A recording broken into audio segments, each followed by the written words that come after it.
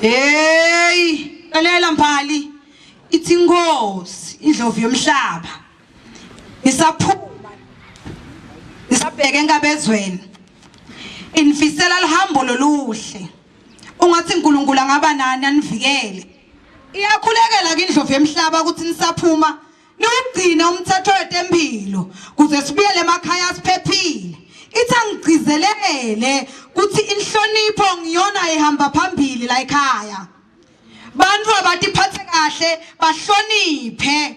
Ithi ke uNkulunkulu akabe nani ke nihambe kahle. Nkosi. Shofuka.